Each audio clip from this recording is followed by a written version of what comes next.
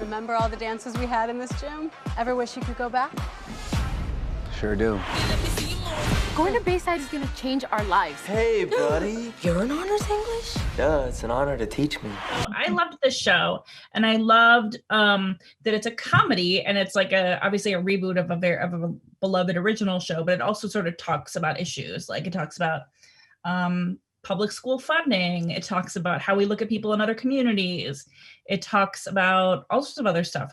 How do you sort of like, what is so important, or at least I think it's important, about getting messages across in comedy? The idea of doing a reboot of a show and just making more episodes of the same thing is not super appealing to me. So when I was thinking, and I loved the original Saved by the Bell, and when I was thinking about doing a new version of it, you know, usually when I'm writing something, it doesn't feel like there needs to be a reason to do it, something that justifies, well, what needs to be said right now. And, you know, obviously this isn't The Wire.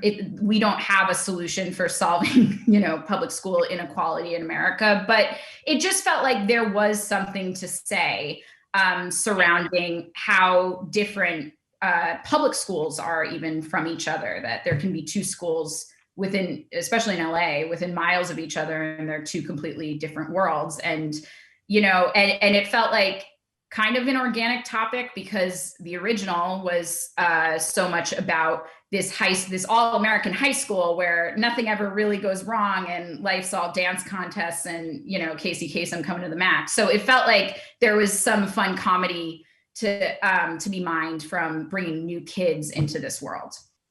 There were a number of hands involved in making the show, from original creators to stars of both the original and the reboot. How unified was sort of the vision from the jump? It was Tracey's vision that I think everyone was in love with and just jumped right on board, you know. So it was, all the conversations were sort of how do we support that? And, you know, even Elizabeth and Mario's input, Mark, Paul, and Tiffany was, you know, they really liked what was happening. And I think just we're constantly in touch with Tracey about how can they support that. And it was a real gift that they were all so game to participate and also to kind of poke fun at their characters and, you know, just go along for this ride. They all really got on board pretty quickly and seemed to be excited and not fighting this new kind of show we were trying to make.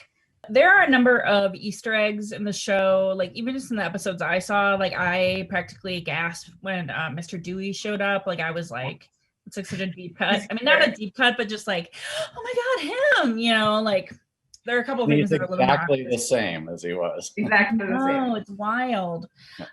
So like what sort of thing from the original show that you loved were you excited to get back in? And it can be a big thing or it could be sort of little. There were a couple things, like I know a big part of the original show were just kind of like random sort of musical breakdowns and dances. And so it felt like that was something fun to bring back to bring to this show, to both kind of poke fun at how they used to do that all the time, but also just get some mileage out of doing it ourselves.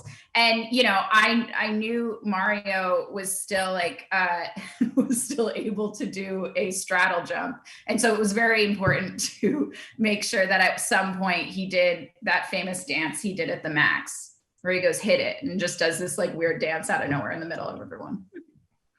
I mean, it was fun sort of recreating the sets too, and figuring out how the OG hallway, which is what it's just known as on the show now, how the OG hallway fit into what we now know is the full-size Bayside. And sitting in the Max, the first time I was sitting there with Mario and Elizabeth was, you know, there were those kind of intense moments that I loved. And, you know, table reads with Mario, Elizabeth, Mark, Paul, and Tiffany, just, you know, there's a lot of those sort of like emotional moments just for me in working on the show, especially because they are still so close, you know, and seeing them enjoying each other so much and enjoying being these characters again, which they seem to really love to do, which is nice. So.